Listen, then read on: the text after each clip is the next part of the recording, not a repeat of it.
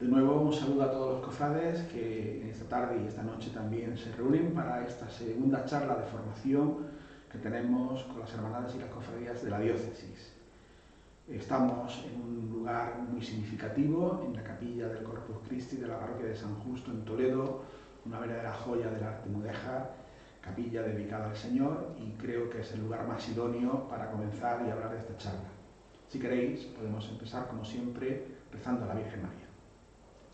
Dios te salve María, llena eres de gracia, el Señor es contigo. Bendita tú eres entre todas las mujeres, y bendito es el fruto de tu vientre, Jesús. Santa María, Madre de Dios, ruega por nosotros los pecadores, ahora y en la hora de nuestra muerte. Amén. Gloria al Padre, al Hijo y al Espíritu Santo, como era en el principio, ahora y siempre, por los siglos de los siglos. Amén. Pues como os he dicho, la sesión que toca hoy, vamos a tratar el tema de la Sagrada Escritura y la liturgia en la Iglesia. Algo muy importante en la formación de nuestras hermandades y cofradías. Para ello tenemos a don Rubén Carrasco, profesor del seminario, doctor en liturgia y delegado diocesano para la liturgia en nuestra diócesis de Toledo. Muy buenas, Rubén. Muy buenas. Y gracias por acudir a nuestra llamada y a esta charla de formación que disfrutaremos, estoy seguro, contigo. Muchísimas gracias a vosotros. Pues tienes la palabra.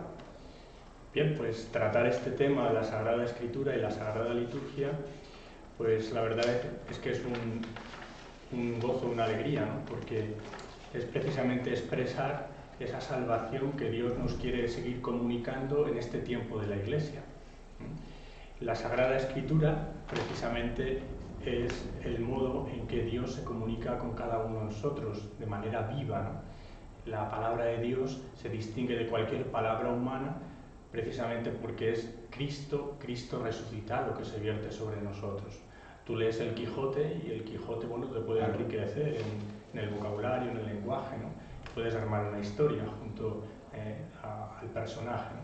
Pero leer la palabra de Dios es precisamente dejarnos interpelar, dejarnos corregir, dejarnos acompañar, levantar, sostener por aquel que vive a nuestro lado, que es Cristo. Bien, y Dios precisamente se hace presente en nuestra propia vida, a modo humano. La revelación de Dios, que ha sido progresiva a lo largo de la historia sagrada, pues ha supuesto un tomar lo propio del hombre. Dios toma el lenguaje, el modo en que el hombre se comunica con el mismo hombre, ¿no? ¿Y cómo se ha revelado, se ha dado a conocer Dios? Pues a través de palabras y de obras, intrínsecamente conectadas, relacionadas. La palabra humana tiene una triple función. En primer lugar, informa; en segundo lugar, expresa; y en tercer lugar, apela, ¿no? Informa porque, bueno, la palabra siempre comunica un contenido, un hecho, un acontecimiento, una historia, ¿no? En segundo lugar, expresa, porque aquella persona que lo comunica lo expresa desde su interior. Y en tercer lugar, esta persona que se expresa llama precisamente a acoger eso que está lanzando, ¿no? Bien, esta triple función de la palabra o del lenguaje humano, también Dios la ha asumido. La palabra de Dios, en primer lugar, lo que hace es expresar, ¿no?, un sentimiento que es el sentimiento de salvación de este Padre Creador que no olvida a su criatura, sino que le va trayendo con correas de amor a su propio corazón, ¿no? Además informa todas aquellas verdades que estaban ocultas y que progresivamente las da a conocer. Y en tercer lugar, esta función apelativa también está en la palabra de Dios, puesto que nos llama a una comunión íntima con Él, a tener una vida con Él. Por eso la palabra, eso que dice la Sagrada Escritura, que es viva y eficaz. Es decir, la palabra hace realidad. Vemos casi como la encarnación nos apela a eso. Es una palabra encarnada, una palabra que está en contacto y nos interpela. No es lo mismo, como tú decías, el ejemplo del Quijote o el ejemplo de cualquier obra literaria. Yo puedo recordar los acontecimientos y sentir ciertas emociones, pero no se pone en contacto conmigo el personaje del libro, mientras que en este caso Cristo Jesús, el Señor, a través de su palabra, que es viva y eficaz, se pone en contacto conmigo. Yo creo que es una idea muy interesante. Sí.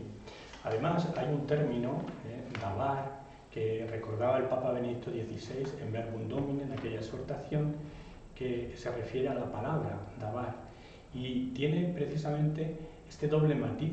La palabra no es solo palabra, sino que es ya acción. Eso es. Cuando Dios dice en la creación, hágase la luz surge, y toda la obra de la creación.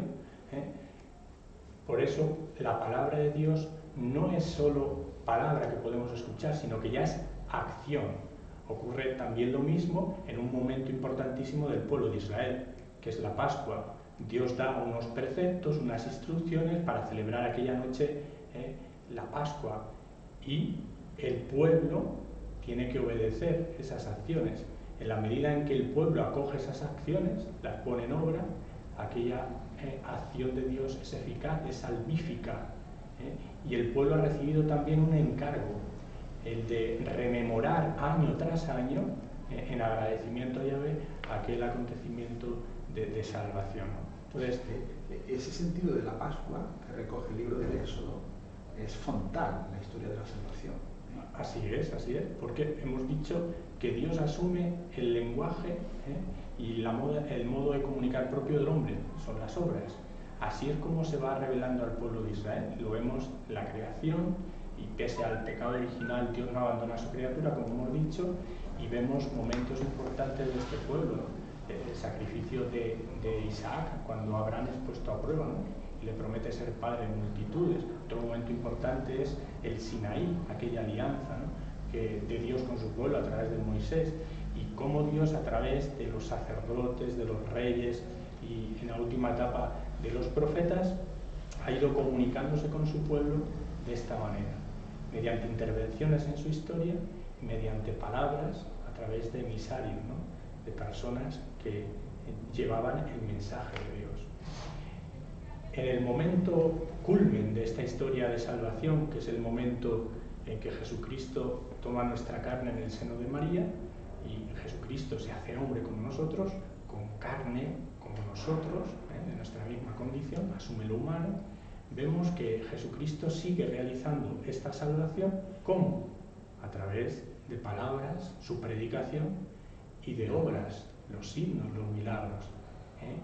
Cristo muere, resucita, asciende a los cielos, se olvida de cada uno de nosotros y de la iglesia que ha surgido del cenáculo y que se hace y se pone en pie en Pentecostés, ¿se olvida? No, sino que, ha elegido a los suyos como sacerdotes, haced esto en memoria mía, para que a través de los sacramentos, que son signos sensibles, que nos comunican la gracia, precisamente Él se haga presente. ¿Y cómo se realiza esta salvación? ¿Cómo se nos da esta gracia? De nuevo, como en el Antiguo Testamento, en el tiempo de Cristo, por palabras y obras intrínsecamente relacionadas. Esto quiere decir que la palabra de Dios, la Sagrada Escritura, es algo capital en la vida del cristiano. Y no digamos en la vida de una asociación pública de fieles, que es una cofradía y una hermandad. Yo siempre les digo, no sé cuál es tu opinión, que la Sagrada Escritura debería de ser el libro de cabecera, el libro del que todo, porque no es simplemente una palabra escrita, como estamos diciendo, sino que es donde yo vivo, Efectivamente, la palabra de Dios ocupa dentro de la vida de la Iglesia un lugar privilegiado, el principal, ¿no? Que es Cristo resucitado, ¿no? Al que tenemos que escuchar cada día. En nuestras cofradías, pues si no nos ponemos a la escucha, por el que estamos precisamente colaborando o gestionando una hermandad, ¿no? Pues no tendría sentido, ¿no?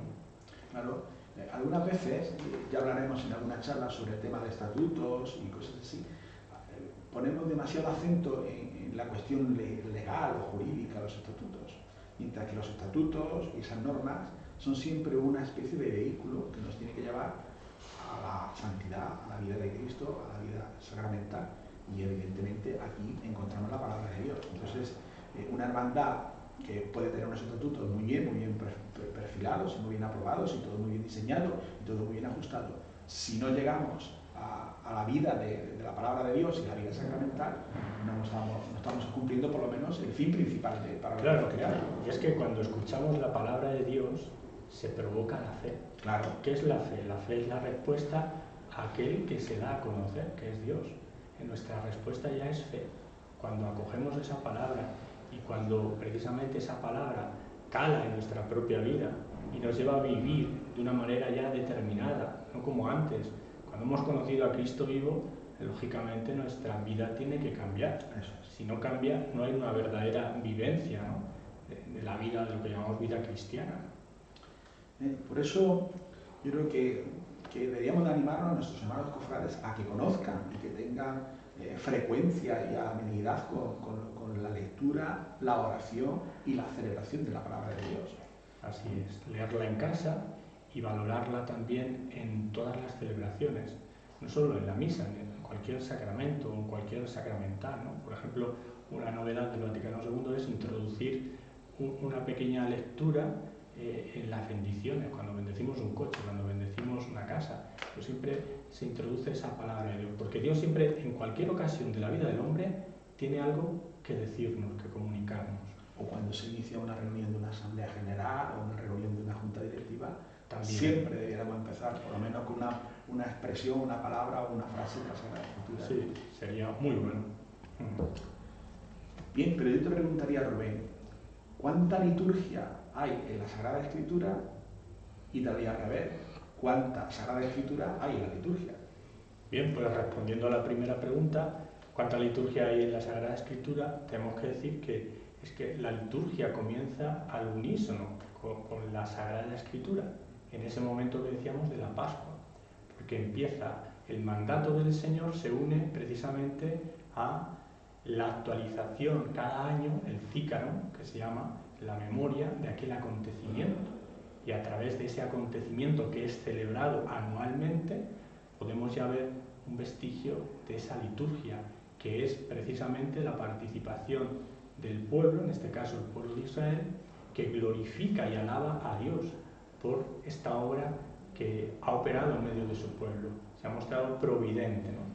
Pero además, pues en todo el Antiguo Testamento podemos encontrar pues ritos sacrificiales, partiendo del monte Moria, donde hemos dicho Abraham es puesto a prueba y va a degollarle con el cuchillo y de repente Dios provee, apareciendo un ángel, y aparece entre la maleza un cordero. Desde entonces, el sacrificio del cordero, que va a ocupar el lugar del hijo, tiene un sentido profundo de expiación en el pueblo de Israel, hasta el momento en que se reconducen los sacrificios al templo. Esa liturgia sacrificial va a hallar su plenitud en el sacrificio único de Cristo. La liturgia cristiana no surge de la nada, sino que tiene su antesala profunda en todo el Antiguo Testamento y en toda la liturgia judía. En el Calvario encontraremos de nuevo un padre y un hijo. En este lugar, sin embargo, el padre no se reserva al hijo, sino que como Cordero inocente Jesús va a ocupar el lugar de los hijos, de toda la humanidad, y Cristo, vertiendo su sangre, nos va a salvar de la muerte eterna y del pecado. Podemos ver también la liturgia en aquellos ritos de purificación, las abluciones del pueblo judío, aquellos ritos también de unción para aquellos que estaban enfermos, fortalecían sus cuerpos con el aceite. Este significado ha pasado al tiempo de la Iglesia en el rito de la unción de enfermos, es un sacramento. También el significado de la unción como gesto de recibimiento, de alegría por los huéspedes. Encontramos el ejemplo de Jesús cuando es ungido, cuando lleva una casa, ¿no? Bien, es signo de alegría y es signo también de la consagración que se hace, o la unción, perdón, en el bautismo como signo de fortalecimiento y de alegría, la unción catecumenal. Podemos también ver el gesto de consagración en la unción para sacerdotes, para reyes.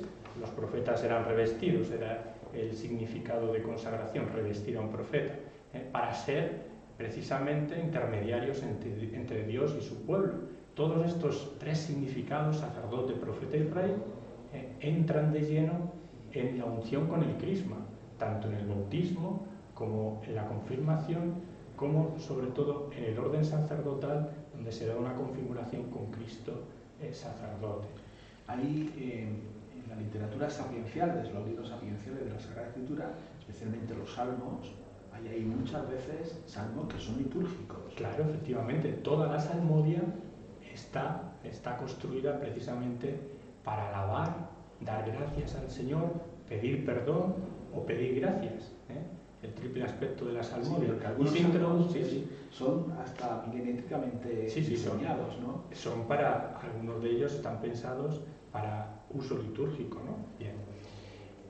Los salmos, oraciones, ¿no? Bien.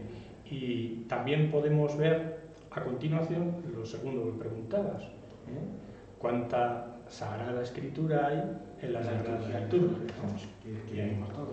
Es evidente, ¿no?, que cuando nos acercamos sobre todo a la liturgia por excelencia, que es la Sagrada la Santa Misa, ¿no?, la Eucaristía, pues hay un segmento, la primera parte, la primera mesa, de la que habla el Vaticano II, la mesa de la palabra, la liturgia de la palabra. Pero no solo está presente en la liturgia de la palabra, sino que veremos con detalle otras presencias. Pero vamos a detenernos en esta, la principal, ¿no? La primera mesa, como hemos dicho, lo constituye la palabra.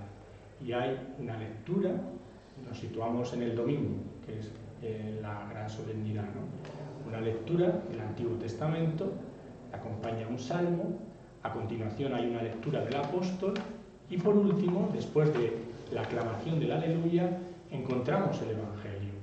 Esta estructura de Antiguo Testamento hasta el Evangelio, ¿de dónde ha surgido? De nuevo hay que recurrir al pueblo judío, a la liturgia judía, porque si recordamos aquel pasaje en que Jesús acude a la sinagoga de Nazaret, dice Lucas que en un momento le entregan el rollo del profeta Isaías y desenrollándolo escribe: el Espíritu está sobre mí, Él me ha enviado para sanar los corazones, tal, y al final concluye: hoy se cumple esta palabra que acabáis de escuchar, de oír. Bien, ¿en qué consistía la liturgia judía? En primer lugar, se escogía una lectura de la ley. A esa lectura, palabra de Dios, de la ley, del Pentateuco, se respondía con un salmo que intervenía el pueblo. Y a continuación venía la profecía. Es Jesús físicamente, con el rollo, el que tiene al profeta. Claro. ¿Y qué está indicando? Que la liturgia judía haya su cumplimiento en su propia persona. Yo soy el Mesías. De ahí toma la estructura la liturgia cristiana. Por eso, un domingo, solemnidad, proclamamos Antiguo Testamento, el Salmo, que responde con la misma palabra de Dios. Los fieles hacen respiración de esa palabra de Dios, saboreándola, haciéndola vida. Y luego, la segunda lectura es del apóstol. Normalmente es una recomendación, una exhortación moral a la comunidad, ¿no?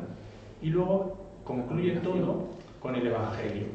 Hay una gradualidad ascendente en la proclamación y siempre hay un hilo conductor entre todas las lecturas proclamadas, desde el Antiguo Testamento hasta el Evangelio. Sobre todo hay esa conexión entre Antiguo y Evangelio.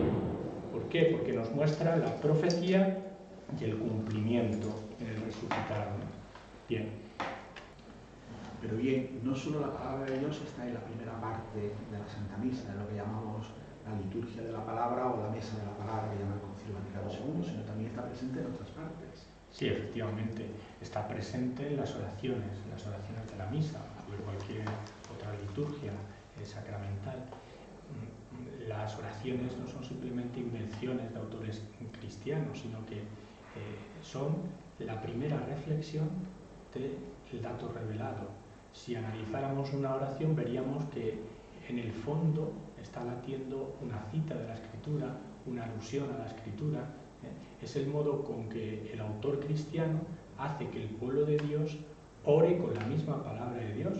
Y por eso la liturgia, en este caso la oración, provoca la fe en el fiel. Además de las oraciones, pues está presente también la palabra de Dios, lógicamente en la salmodia, en la liturgia de las horas. Está presente también en los cánticos, No podemos en nuestras celebraciones introducir cualquier tipo de cántico, ¿no? Sino que tienen que ser eminentemente bíblicos, litúrgicos, para que en esa respiración que se crea en el canto, el fiel vaya educando su mente y su corazón. Es tan importante la música. Y también pues, podemos hacerlo presente esta palabra ascendente que hemos dicho, no solo en la proclamación de la liturgia de la palabra en la misa, en la proclamación, la recitación en la liturgia de las horas. Si nos damos cuenta, la estructura de vísperas comienza con un salmo del Antiguo Testamento, sigue otro del Antiguo Testamento, un cántico del Nuevo, la lectura breve del apóstol, y todo culmina en el gran himno cristológico en labios de María del Magnificat. Y si son presididas estas vísperas, junto al altar se inciensa como signo precisamente, evocación del cenáculo, que es anticipo del Calvario y de la resurrección, del misterio pascual. Bien, yo creo que para terminar, ¿cómo definiría la liturgia? Bien, pues la liturgia es esa participación en el misterio pascual. Claro. Y entonces, a partir de eso, ¿qué consecuencias tiene? Bien, participar en el misterio pascual quiere decir participar en la muerte y en la resurrección de Cristo. ¿Por qué somos hechos partícipes en esta muerte y resurrección de Cristo? ¿Cuándo somos hechos partícipes? Somos hechos partícipes todos los cristianos en nuestro bautismo. En nuestro bautismo todos hemos sido constituidos sacerdotes, quiere decir, tenemos la capacidad de elevar nuestro corazón a Dios. ¿Qué ha hecho Cristo con su muerte y su resurrección? Constituirnos sacerdotes, que quiere decir que nos ha asociado precisamente a esa entrega al Padre. El significado del ofertorio en la misa es precisamente colocar nuestra propia vida junto al pan y junto al vino, sabiendo que van a ser transformados por las palabras de consagración y a través del Espíritu Santo, y al igual que esos dones ya no van a ser pan y vino, sino el cuerpo y la sangre del Señor, al recibirlos nosotros, al masticarlos y al beberlos, no tomamos un alimento humano, sino que quedamos transformados en aquel a quien recibimos. Por eso todos estamos invitados a celebrar no únicamente la Pascua anual en nuestras hermandades, ¿no?, de Semana Santa, eso es, sino la Pascua semanal, importante, porque si no, no crecemos en esa vida cristiana. ¿Qué hace la Eucaristía? ¿Qué provoca? Pues lo que provoca es precisamente que vivamos con naturalidad en Cristo. Dice un refrán castellano: dime con quién andas y te diré quién eres. Pues cuanto más cerca estemos con Cristo, más parecidos a Cristo seremos. Cuanto más y mejor comulguemos, más cristificados, eucaristizados estaremos. Porque no olvidemos que la misa es verdad que es la celebración, pero la auténtica misa es aquella que se prolonga allá donde estamos, con nuestros amigos, con nuestra familia, en descanso, con cualquier persona en cualquier lugar. Esa es la verdadera misa. Cuando yo, la vida cristiana, en este caso la Eucaristía, no lo encierro en 45 minutos y en la iglesia, sino que esos 45 minutos en mi parroquia son vividos precisamente desde dentro y me hacen vivir mejor la vida ordinaria, y me hacen salir de mí mismo y entregarme a los demás en caridad. Por eso necesitamos la Eucaristía, por eso un cristiano no puede vivir sin la misa. Y no digamos una hermandad, un grupo de fieles cristianos que viven con esa finalidad principal, que por supuesto, es participar a los sacramentos, la vida perfecta cristiana y el culto a la Virgen o a Jesucristo. Ellos tienen que ser un ejemplo pues, para toda esa comunidad, para esa parroquia, para ese pueblo, ¿no? Si nuestra vida va por un lado y nuestra fe va por otra, algo no funciona. Y nos estamos haciendo en primer lugar daño a nosotros mismos, estamos haciendo daño también a muchas otras personas. Bien, pues para concluir, queridos amigos, yo le pediría a don Rubén que nos hiciera dos preguntas, o las que considere oportunas, para que después vosotros habléis y discutáis o reflexionéis con vuestro conciliario acerca de este tema de la liturgia y la sagrada. ¿Qué preguntarías tú? ¿O qué le plantearías a los hermanos cofrades? En primer lugar, cómo Dios hace u obra su salvación, ¿no? ¿Cómo obra su salvación Dios? En el Antiguo Testamento, en el Nuevo Testamento y ahora, hoy día, en el tiempo de la Iglesia. ¿Cómo Dios se sigue haciendo presente en mi vida? ¿De qué manera? Esa sería una pregunta. Una pregunta, sí. Y en segundo lugar, ¿qué importancia tiene en mi vida la palabra de Dios? ¿Es importante realmente? La escucho, ¿no? Porque hay una diferencia entre escuchar y oír. Claro. Puede ser que oiga, incluso voy a misa los domingos y oigo la palabra de Dios. Escucho la palabra de Dios, tiene consecuencias en mi propia vida. Y en tercer lugar, me atrevo a una tercera. ¿Estoy dispuesto a vivir la liturgia en toda su profundidad? A caer en la cuenta de que es Cristo vivo el que se me ofrece en un poco de pan, en un poco de vino, y Él puede transformar mi propia vida y la vida de los demás. Pues muchas gracias, Rubén, por tu exposición. Yo creo que será enriquecedora para todos los hermanos cofrades. Y queridos amigos, pues os esperamos en la próxima, en nuestra nueva conexión, que hablaremos, según nuestro programa, de la caridad y la doctrina social de la Iglesia. Muchas gracias a todos y que seáis muy felices. Muchas gracias. Estamos en la capilla del Corpus Christi de la parroquia de San Justo y Pastor de Toledo y os presento a su párroco, don Javier Salazar, al que le damos las gracias por habernos acogido en esta charla online que tendremos sobre la liturgia y la Sagrada Escritura. Y le he pedido que él os explique un poco esta joya que tenemos del mudéjar en esta parroquia de la ciudad. Sí, Juan Antonio, esta es una capilla restaurada hace unos años por la Junta de Comunidades de Castilla-La Mancha, gracias a lo que yo llamo diosidades, es decir, la providencia hizo que el que fuera vicepresidente de la Junta, el señor Lamata, pues quisiera visitar la parroquia y al ver la situación en la que se encontraba la capilla, pues inmediatamente puso a disposición a la Delegación de Cultura. Esta capilla ha tenido muchísimas actuaciones a lo largo de los siglos. La última más importante fue a finales del XIX y por la humedad, la capilla entró en deterioro, ¿no? Ha estado abandonada durante más de 40 años, sirviendo de almacén, y bueno, pues se ha restaurado gracias también al trabajo realizado por los anteriores párrocos, especialmente quien fuera delegado de Patrimonio, José María Cabrero, que fue guardando todos los azulejos numerados, además de las yeserías.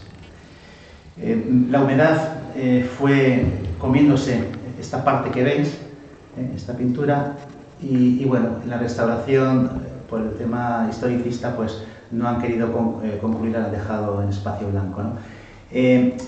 Esta capilla está introducida dentro de una parroquia que empieza a construirse, como esta de San Justo y Pastor, a partir del siglo XI, después de la Reconquista.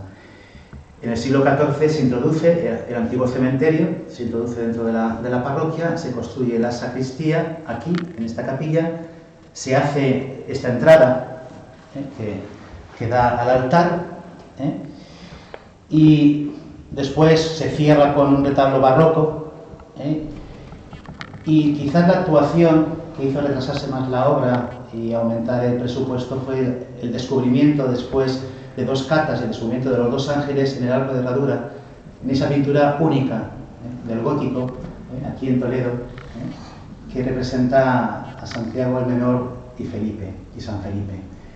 Es decir, una obra de arte única, al igual que esta capilla. Arriba podéis contemplar el artesonado, distintas órdenes de caballería.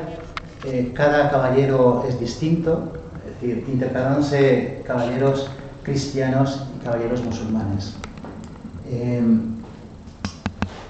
Aquí tenéis lo que se utiliza en la parroquia como monumento en la fiesta del Corpus Christi, y este altar no podemos verlo por estar como está en esta situación, pero este altar es el que se utilizaba antiguamente en Zocodover el día del Corpus Christi, perteneciente a la cofradía de la Preciosísima Sangre de Cristo.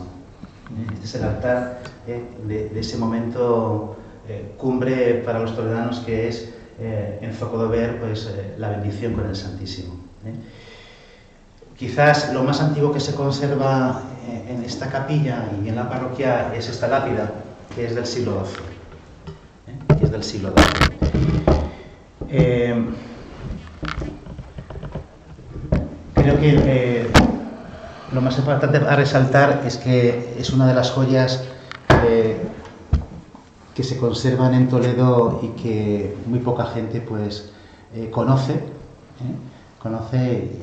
y creo que sería muy importante pues que la gente viniera a visitar esta pieza única del mudéjar. Hay yeserías que tienen similitudes en algunas he visto algunas yeserías parecidas en el Seminario Menor, San Tomás de Villanueva de aquí de Toledo. Y bueno, es importante ver el cruce de elementos cristianos con arábigos, con inscripciones arábigas. Se han mantenido, lo que han hecho es mantener el original. Quizás lo más original que de las yeserías sea esta parte de aquí. Esta parte de aquí es yesería original, del 14, igual que en el suelo, esa parte de ahí abajo del suelo es original de la época gótica,